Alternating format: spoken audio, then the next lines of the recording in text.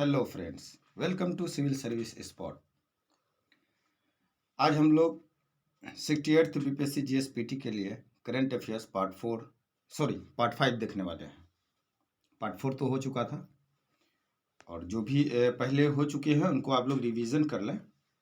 Revision बहुत ज़रूरी है क्योंकि कल कुछ स्टूडेंट्स का मैसेज और कॉल्स आए थे। उन लोगों का कंप्लेन था कि सर याद नहीं होती है, ऐसा लगता है कि सारा ऑप्शंस जाना पहचाना है और क्वेश्चंस गलत हो जाता है। पता है ये क्यों होता है? इसी रिवीजन की कमी से।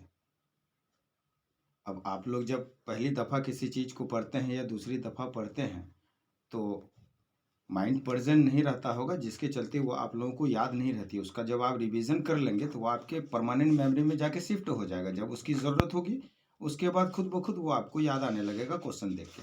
रिवीजन की कमी से ऐसा लगता है कि क्वेश्चंस आने के बाद आपको ऐसा लगता होगा ये भी सही, ये भी सही, ये भी सही। क्यों? क्योंकि सबको एक ही बार आप पढ़े हैं, सब पढ़ा हुआ तो है बट कंफर्म नहीं हो पा रहा है कि इसका आंसर क्या होगा। तो इस वजह से रिवीजन बहुत ज़रूरी है। जब आप रिवीजन नहीं करते हैं, एक बार पढ़ते हैं तो वह आपका सेरेब्रम में रहता है। सेरेब्रम से वो जब आप रिवीजन कर लेते हैं बार बार तो वो फिर सेरेब्रम में चला जाता है, मतलब अनुमस्तिष्क में चला जाता है। पहले सेरेब्रम प्रमस्तिष्क में रहता है, उसके बाद जब रिवीजन करते हैं वो परमानेंट मेमोरी में जाके जब शिफ्ट होता है वो अनुमस्तिष्क होता है, जिसको सेरेब्रम कहते हैं। ये अस्थाई होता है, ठीक है, वहाँ जाके अस्थाई हो जाता है। और मस्तिष्क का सबसे बड़ा भाग और महत्वपूर्ण भाग भी ये सेरेब्रम ही है, प्रमस्तिष्क। तो इसलिए रिवीजन बहुत ज़रूरी है। सपोज दैट कि आप किसी आदमी को पहली बार देख रहे हैं, थोड़ी देर के लिए देख रहे हैं किसी अपने परिवार मेंबर के साथ में, और वो चले गए 6 महीने के बाद आपको उस स्थान पे नहीं किसी दूसरे स्थान पे या तीसरे स्थान पे मिलेंगे, देखेंगे तो आपके माइंड में क्या पैदा होगा, क्या सीन बनेगा? ऐसा नहीं कि हम इसको कहाँ देखे थे, माइंड में आपका एक झलक आएगा, अरे ये आदमी देखा हुआ, कहीं देखा हुआ, कहीं देखा हुआ, कहाँ देखा हुआ, माइंड पे जोड़ देंगे, आपको याद ही नहीं आएगा।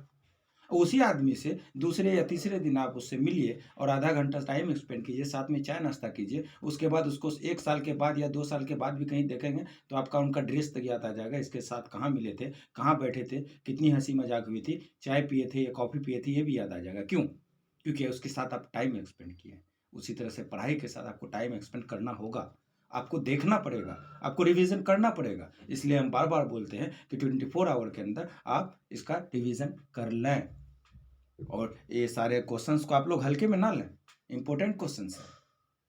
और जो एक्स्ट्रा पॉइंट्स बोले जाते हैं, बार बार बोलते हैं, कॉपी पेन लेके बैठे हैं आप, बैठ के टेस्ट को बनाएं, तो इससे आप ज़्यादा गेन कर पाएंगे। और जब इंपॉर्टेंट क्वेश्चंस आप नोट करेंगे, पॉइंट्स नोट करेंगे, आप उसका रिवीजन कर लेंगे तो आपसे क्वेश्चंस छूटेगा नहीं।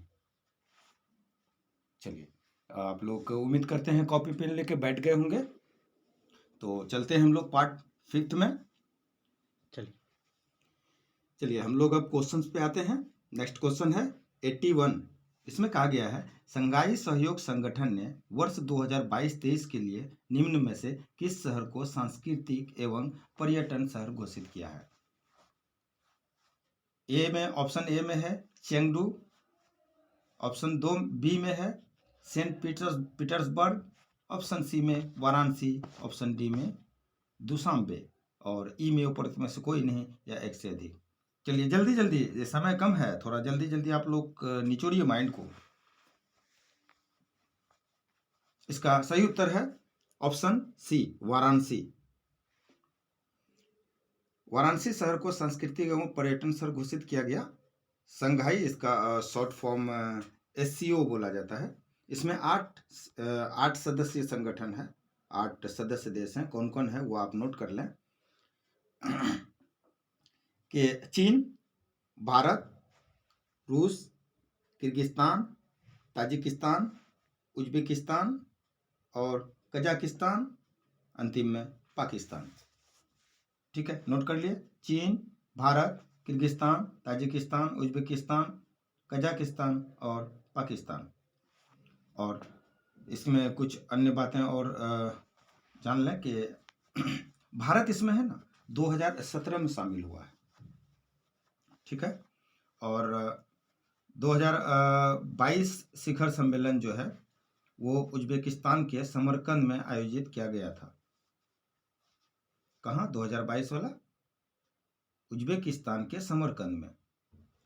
और 23 में ये भारत अध्यक्षता करेगी। इसका एससीओ की अध्यक्षता 2023 में भारत करने वाली है। चलिए नेक्स्ट क्वेश्चन चलते हैं 82। और एक चीज बार बार आप लोगों को जो कहते हैं गन्ना की तरह निचोड़िए माइंड को, इसमें होता क्या है, आप लोगों को बेनिफिट इसमें क्या होगा, इसको आप लोग मजाक में ना टालें। इसलिए कि आप जब किसी चीज पे प्रेशर डालते हैं, किसी चीज को अधिक सोचते हैं, माइंड को निचोड़ते हैं, तो आपके अंदर वो रहती है ना, तो वो फ्रंट पे आ जाती है। अगर नहीं है माइंड में, कभी पढ़े नहीं है, रिवीजन नहीं है, कंफर्म नहीं है, तो उस समय आपके माइंड का सारा सेल जगा हुआ रहता है, जागृत हो जाता है, ढूंढने में लगा रहता है। उस टाइम अगर आंसर हम बता देते हैं तो आपका माइंड पूरी तरह से कैप्चर कर लेता है और वो 100% परमानेंट मेमोरी में चला जाता है, क्योंकि उस समय आप ढूंढ रहे होते हैं, उसकी ज़रूरत होती है। जब आपको उस समय मिल जाता है तो उसे आप छोड़ते नहीं हैं, पकड़ लेते हैं, और वो परीक्षा में देखेंगे तो फिर आपको ध्यान में आने लगेगा सही उत्तर। चलिए नेक्स्ट चलते हैं 82। अंतर्राष्ट्रीय द्रव दर्पण दूरबीन कहाँ स्थापित की गई? ऑप्शन ए है देवस्थल वेधशाला परिसर Nainital, option B the Indian astronomical वेधशाला ले, सी भारतीय अंतरिक्ष अनुसंधान परिषद बैंगलोर, डी उपरोक्त में से कोई नहीं, ई उपरोक्त में से कोई नहीं, या एक से अधिक। चलिए जल्दी, इसका सही उत्तर है ऑप्शन ए देव स्थल वेधशाला परिसर नैनीताल। यह विश्व का पहला दूरबीन है, ये भी आप लिख लीजिए। नेक्स्ट चलते हैं 83, क्वेश्चन नंबर 83। वर्ष 2022 में निम्न में से किस एजेंसी के द्वारा ऑपरेशन नार्कोस प्रारंभ किया गया? ऑप्शन ए रेलवे सुरक्षा बल, B narcotics control bureau, C international narcotics control board, और D central bureau of narcotics. E उपरोक्त में से कोई नहीं, या एक से अधिक। चलिए जल्दी, इसका सही उत्तर है रेलवे सुरक्षा बल। ये क्यों है? तो जो नशीली दवाई है या मादक पदार्थ है, उसकी तस्करी जो ट्रेन के द्वारा होती है, तो ट्रेन में रेलवे सुरक्षा बल जून 2022 में यह ऑपरेशन नार्कोस चलाया, ऑपरेशन नार्कोस के नाम से चलाया। और इसके तहत नार्कोटिक्स कंट्रोल ब्यूरो जो है इसमें साथ मिल करके रेलगाड़ी में सघन चेकिंग अभियान को चलाया गया है, और इसमें पता लगाएगा कि कौन इसकी तस्करी करता है, कौन नहीं करता है। तो इस चीज़ को रोकने के लिए किसको नशीली दवाइयों और मादक पदार्थों को। चलिए नेक्स्ट क्वेश्चन चलते हैं 84। इसमें कहा गया है निम्न में से किसने न्यूजीलैंड में हुए Commonwealth sub junior power lifting में गोल्ड मेडल हासिल किया? Option A Kirtiraj Singh, option B Shreyasi Singh, option C Sudha Kumari, option D Rohini Acharya, और ई उपरोक्त में से कोई नहीं, एक से अधिक। अब ये चारों नाम में कुछ न कुछ तो जरूर होगा। अगर ऑप्शन में है सही उत्तर तो इस क्वेश्चन का एक ही होगा, बट और जो एक्स्ट्रा 3 नाम है इसमें भी कुछ न कुछ होगा, तो आप लोग जरूर नोट कर लेंगे। चलिए सही उत्तर इसका क्या है? जूनियर पावर लिफ्टिंग में गोल्ड मेडल कॉमनवेल्थ कहाँ हुआ था? तो पहले तो कॉमनवेल्थ न्यूजीलैंड में हुआ, और जूनियर पावर लिफ्टिंग में गोल्ड मेडल कौन हासिल किया? इसका सही उत्तर है कीर्तिराज सिंह। न्यूजीलैंड में जो Commonwealth sub junior power lifting है उसमें गोल्ड मेडल ये हासिल की थी, और सीनियर में ये कांस्य पदक प्राप्त की थी। ठीक है, अब इसमें देखिए सब जूनियर वर्ग में गोल्ड मेडल, और ये है कहाँ की? कीर्तिराज पटना के खुसरूपुर की हैं, कीर्तिराज सिंह पटना के खुसरूपुर में। और सीनियर वर्ग में ये कांस्य मेडल जीतने वाली सुधा कुमारी हैं। ये सुधा कुमारी कौन है? जल संसाधन विभाग के बिहार सरकार के एक कर्मी हैं। तो जूनियर में गोल्ड मेडल कीर्तिराज सिंह जो पटना की हैं, और सीनियर वर्ग कांस्य पदक जीती हैं सुधा कुमारी, जल संसाधन विभाग के कर्मचारी हैं। चलिए, और एक ये भी है कि जयपुर में जो हुआ था अखिल भारतीय शूटिंग प्रतियोगिता शॉटगन इवेंट में गोल्ड मेडल प्राप्त करी हैं श्रेयसी सिंह बी वाला, जो ऑप्शन बी में है श्रेयसी सिंह। ठीक है, चलिए नेक्स्ट है 85। बिहार राज्य उपभोक्ता संरक्षण आयोग का अध्यक्ष किसे नियुक्त किया गया? बिहार राज्य उपभोक्ता संरक्षण आयोग का अध्यक्ष किसे नियुक्त किएगा? Option A justice Ashutosh Kumar, B justice Sanjay Kumar, C justice Sanjay Karol एवं डी में जस्टिस चक्रधारी शरण सिंह। ई में उपरोक्त में से कोई नहीं या एक से अधिक। चलिए जल्दी कीजिए। इसका सही उत्तर होगा option B justice Sanjay Kumar. और नेक्स्ट क्वेश्चन है 86। मैथिली भाषा का साहित्य अकादमी पुरस्कार किसे सम्मानित किया गया? मैथिली भाषा का साहित्य अकादमी पुरस्कार से किसे सम्मानित किया गया? Option A Rishikesh Sulabh, option B professor Badri Narayan, option C Ajit Azad, option D Neelkanth और ई उपरोक्त में से कोई नहीं या एक से अधिक। चलिए सॉरी, इसका सही उत्तर है ऑप्शन सी अजीत आजाद। ये अजीत आजाद जी मैथिली के कवि भी रहे हैं, ठीक है। और मैथिली भाषा का साहित्य अकादमी पुरस्कार मिला है ऋषिकेश सुलभ को, मतलब साहित्य अकादमी पुरस्कार ऋषिकेश सुलभ को मिला है। और साहित्य नाटक अकादमी पुरस्कार प्रोफेसर बद्री नारायण को मिला है। और साहित्य अकादमी पुरस्कार से सम्मानित इसे किया गया बद्री नारायण को सॉरी।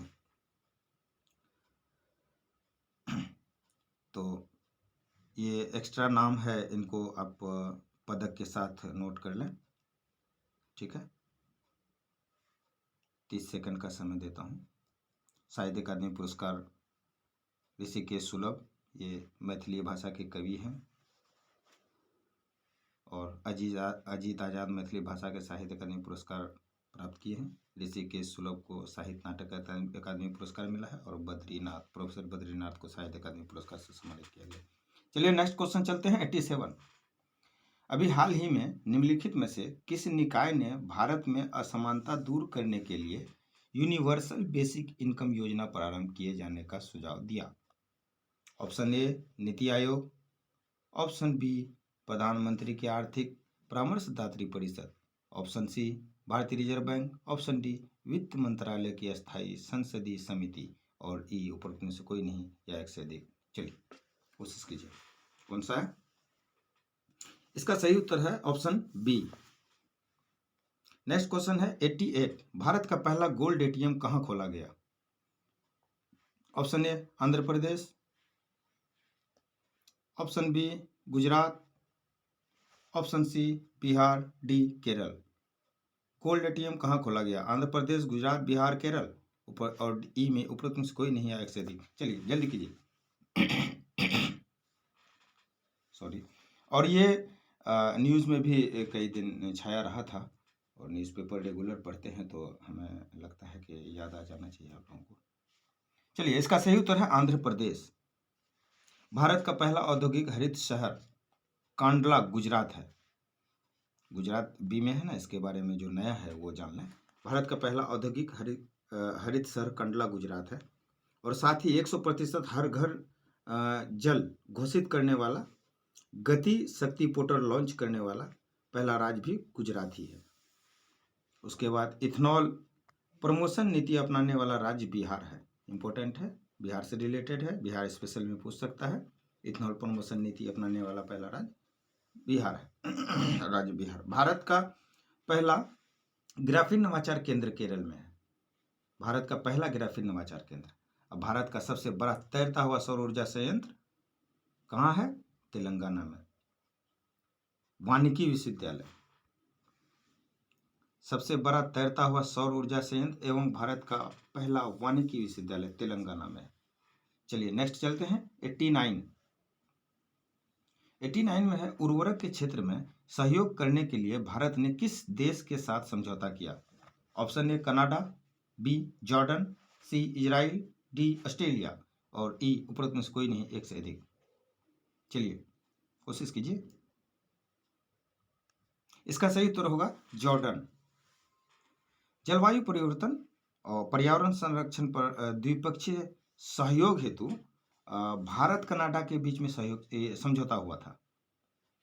और पर्यटन को बढ़ावा देने के लिए भारत और ऑस्ट्रेलिया के बीच समझौता हुआ। इसके बाद फिर भारत के लिए उर्वरकों का सबसे बड़ा आपूर्तिकर्ता देश रूस है। मतलब भारत के लिए उर्वरकों का सबसे बड़ा आपूर्तिकर्ता देश रूस है। और पर्यटन को बढ़ावा देने के लिए भारत और ऑस्ट्रेलिया के बीच समझौता हुआ। ठीक है। और जलवायु परिवर्तन पर्यावरण संरक्षण में द्विपक्षीय सहयोग हेतु किससे? भारत और कनाडा के बीच। चलिए नेक्स्ट चलते हैं। Question number 90। मछली उत्पादन में विश्व में भारत का स्थान क्या है? ऑप्शन ए पहला, बी दूसरा, सी तीसरा, डी पांचवा और ई ऊपर में से कोई नहीं या एक से अधिक। चलिए कोशिश कीजिए। इसका सही उत्तर है ऑप्शन सी तीसरा। मछली उत्पादन में विश्व में भारत का स्थान तीसरा है। ठीक है। सॉरी। भारत दुनिया का सबसे बड़ा चीनी उत्पादक है। सबसे बड़ा दुनिया का चीनी उत्पादक और उपभोक्ता भी है। दुनिया का सबसे बड़ा चीनी उत्पादक और उपभोक्ता, और दूसरा सबसे बड़ा चीनी निर्यातक देश बन गया है अपना भारत।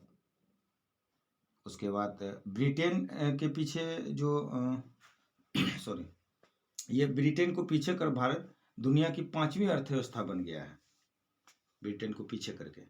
और रूस इराक के बाद भारत का दूसरा सबसे तेल आपूर्तिकर्ता देश बना। रूस इराक के बाद, पहले इराक था, अब इराक के बाद भारत का दूसरा सबसे बड़ा तेल आपूर्तिकर्ता बन गया है रूस। नेक्स्ट क्वेश्चन है 91। वर्ष 2023 में क्वाड सम्मेलन कहाँ प्रस्तावित है? क्वाड सम्मेलन कहाँ प्रस्तावित है? Option A Japan, B Bharat, C Australia, D America और ई उपरोक्त में से कोई नहीं या एक से अधिक। चलिए कोशिश कीजिए।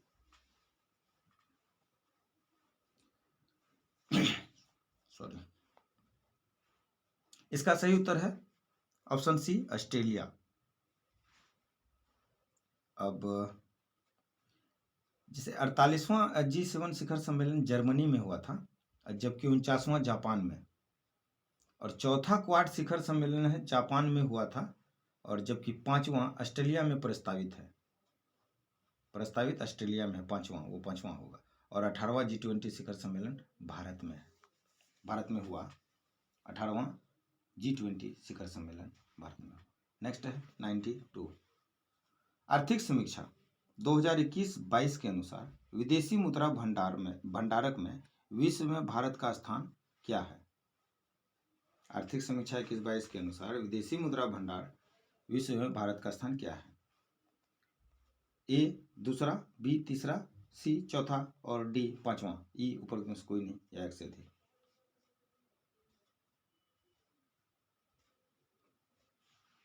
जब तक दूसरी आप लोग माइंड पे जोर डालिए, इससे आगे कुछ बता देता हूँ।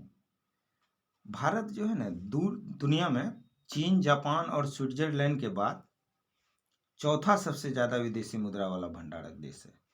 तो ऑप्शन सी में चौथा है, तो इसका सही उत्तर सी हो जाएगा। स्वनिधि नेक्स्ट में 93। स्वनिधि से समृद्धि योजना कब शुरू की गई? Option A 12 April, B 14 July, C 21 March, D 14 June और ई उपरोक्त में से कोई नहीं या एक से अधिक।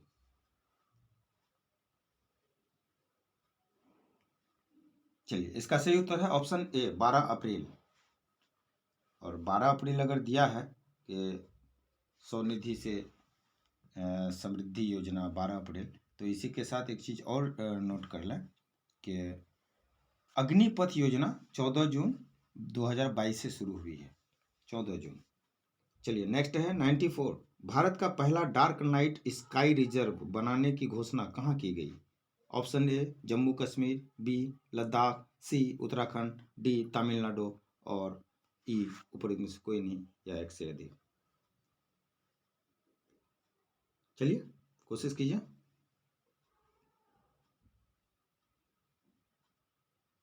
इसका सही उत्तर होगा ऑप्शन बी लद्दाख। ये भारत का पहला डार्क नाइट स्काई की स्थापना लद्दाख में की गई है, और नाइट स्काई अभ्यारण्य की स्थापना जम्मू कश्मीर में की गई है, मतलब की जाएगी, अभी कंप्लीट नहीं हुई। तो भारत का पहला डार्क नाइट स्काई लद्दाख और नाइट स्काई अभ्यारण्य की स्थापना जम्मू कश्मीर में की जाएगी। और देश का पहला स्लेंडर लॉरिस अभ्यारण्य की स्थापना तमिलनाडु में अधिसूचित किया गया है। चलिए नेक्स्ट है 95। अंतर्राष्ट्रीय गांधी पुरस्कार 2021 से किसे सम्मानित किया गया? Option A Vinod Sharma, B Narendra Modi, C Francis Kelly और डी डॉक्टर भूषण कुमार और ई उपरोक्त में से कोई नहीं या एक से अधिक। चलिए, जब तक दूसरे लोगों के बारे में कुछ जानकारी दे दूं।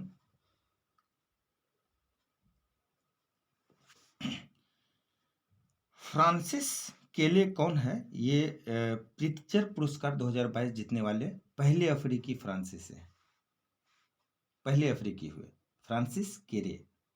प्रित्जर पुरस्कार 2022 जीतने वाले पहले अफ्रीकी बने फ्रांसिस केले। ठीक है। उसके बाद एक और है कि प्रित्जर पुरस्कार 2022 बांग्लादेश की रहने वाली फहमीदा अजीम को दिया गया है। फहमीदा अजीम बांग्लादेश की रहने वाली। उसके बाद पीएम नरेंद्र मोदी जी के बारे में भी कुछ होगा, क्योंकि ऑप्शन बी में अगर दिया है तो कुछ ना कुछ तो होगा ही। तो प्रथम दीनानाथ मंगेशकर पुरस्कार पीएम नरेंद्र मोदी को दिया गया है। और इस प्रश्न का उत्तर जो अंतर्राष्ट्रीय गांधी पुरस्कार 2021 से सम्मानित किया गया है, तो इसका सही उत्तर होगा doctor Bhushan Kumar, option D. ये अंतर्राष्ट्रीय गांधी पुरस्कार 2021 व्यक्तिगत श्रेणी में डॉक्टर भूषण कुमार को दिया गया है और संस्थागत श्रेणी में गुजरात के सहयोग कुष्ठ यज्ञ ट्रस्ट को दिया गया है। ठीक है, चलिए नेक्स्ट चलते हैं 96। नेक्स्ट है 96। जलवायु पर आधारित संयुक्त राष्ट्र संघ की 27वीं बैठक कहाँ आयोजित की गई? Option A Germany, B Indonesia, C मिस्र, डी अमेरिका और ऑप्शन ई उपरोक्त में से कोई नहीं या एक से अधिक। चलिए,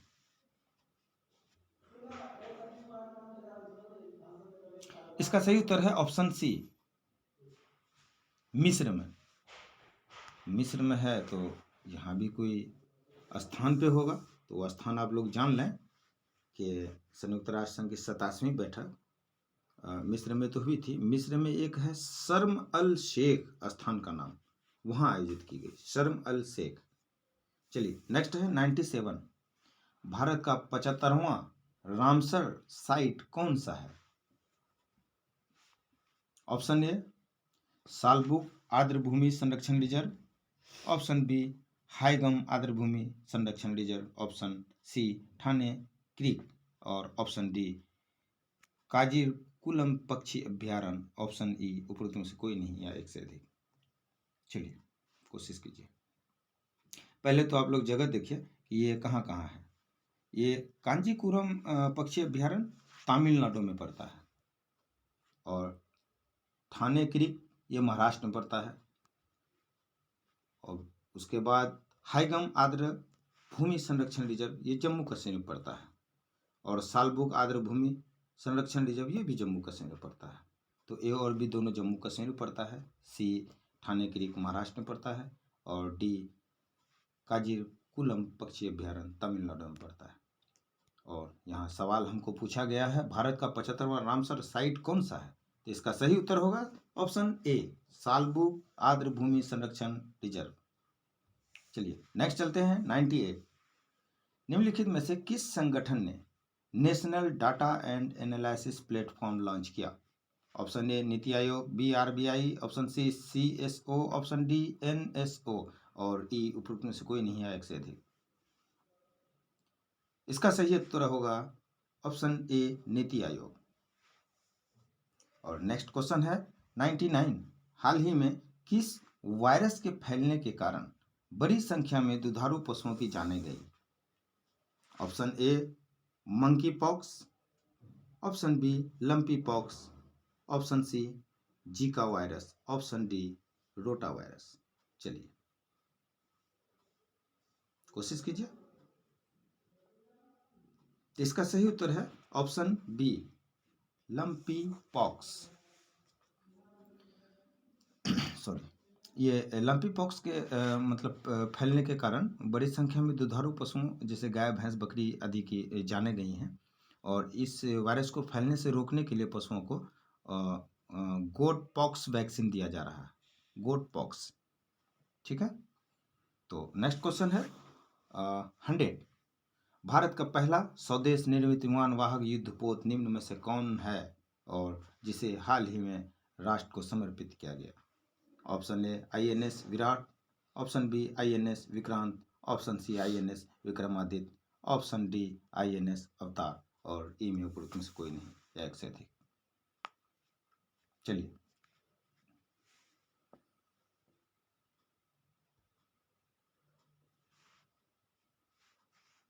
इसका सही उत्तर है INS विक्रांत।